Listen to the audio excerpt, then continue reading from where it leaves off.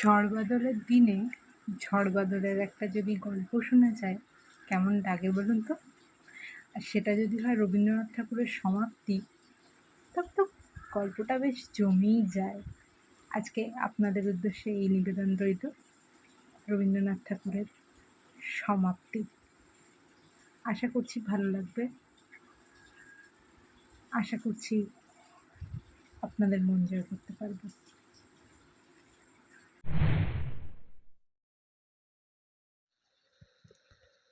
রবীন্দ্রনাথ ঠাকুরের সমাপ্তি।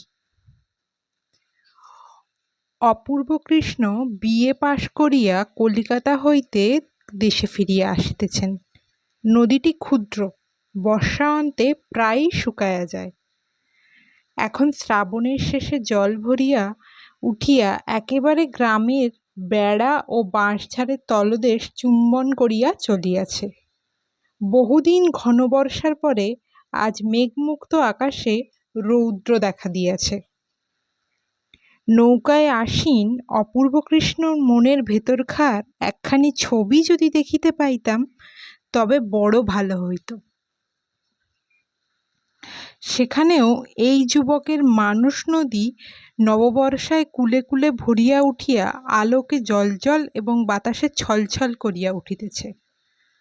নৌকা যথাস্থানে ঘাটে আসিয়া লাগিল। নদী তীর হইতে অপূর্বদের বাড়ির পাকা ছাদ গাছের অন্তরাল দিয়া দেখা যাইতেছে। অপূর্বের আগমন সংবাদ বাড়ির কেহ জানিত না, সেই জন্য ঘাটে লোক আসে নাই। মাঝি ব্যাগ হইতে উদ্যত হইলে অপূর্ব তাহাকে নিবারণ করিয়া নিজেই ব্যাগ হাতে লইয়া আনন্দভরে তাড়াতাড়ি নামিয়া পড়িল। নামিবা মাত্র তীরে ছিল পিছল। ব্যাগ সমেত অপূর্ব কাদায় পড়িয়া গেল।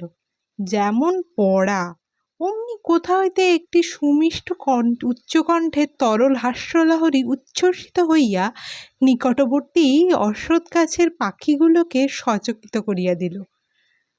অপূর্ব অত্যন্ত লজ্জিত হইয়া তাড়াতাড়ি আত্মসংবরণ করিয়া চাহিয়া দেখিল, তীরে মহাজনের নৌকা হইতে নূতন ইট রাশীকৃত হইয়া নামানো রাখা হইয়াছে। তাহারই উপর বসিয়া একটি মেয়ে হাস্যবেগে এক্ষুনি শতধা হইয়া যাইবে এমন মনে হইতেছে। অপূর্ব চিনিতে পারিল তাহাদেরই নতুন প্রতিবেশিনীর মেয়ে মৃন্ময়ী। দূরে বড় নদীর ধারে ইহাদের বাড়ি ছিল।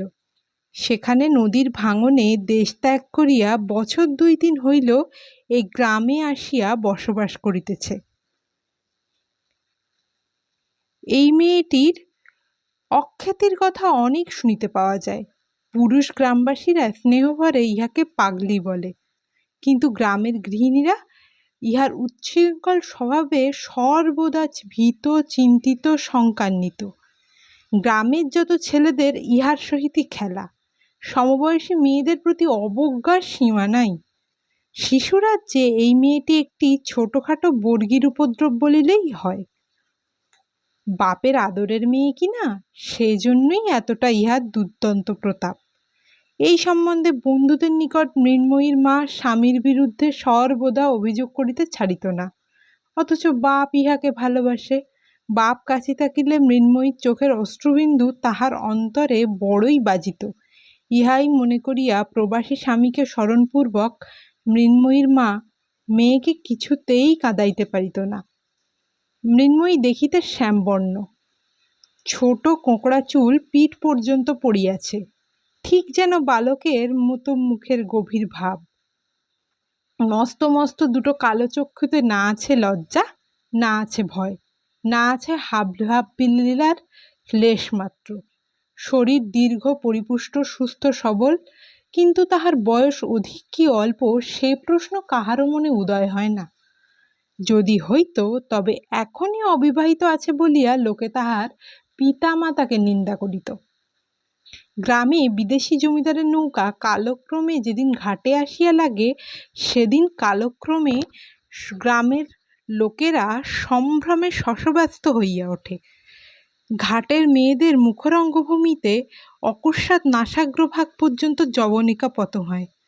কিন্তু মৃন্ময়ী কোথা হইতে যে একটা উলঙ্গ শিশুকে কোলে লইয়া কোঁকড়া চুলগুলি পিঠে দোলাইয়া ছুটিয়া ঘাটে উপস্থিত। যে দেশে ব্যাধ নাই বিপদ নাই, সেই দেশের হরিণ শিশুর মতো নির্ভীক কৌতূহলে দাঁড়াইয়া চাহিয়া চাহিয়া দেখিতে থাকে।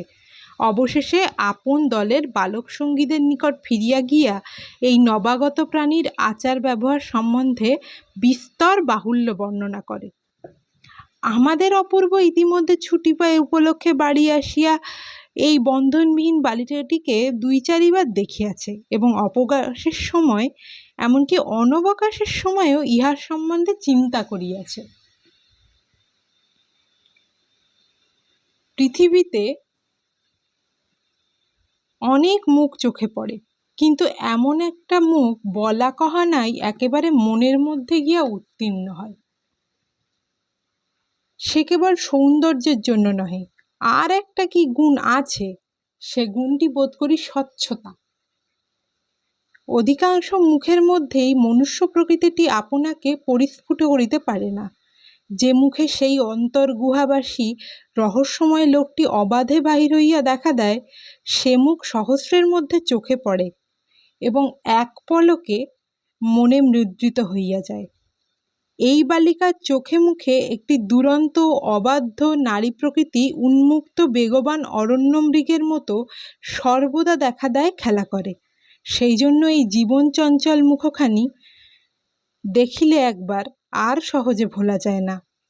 পাঠকদিগকে বলা বাহুল্য, মৃন্ময়ীর কৌতুক হাস্যধ্বনি যতই সমুষ্ট হইয়া দুর্ভাগা অপূর্বর পক্ষে কিঞ্চিৎ ক্লেশদায়ক হইয়াছিল, সে তাড়াতাড়ি মাঝিরাতে ব্যাগ সমর্পণ করিয়া রক্তিম মুখে দ্রুত বেগে গৃহ অভিমুখে চলিতে লাগিল। আয়োজনটি অতি সুন্দর হইয়াছিল।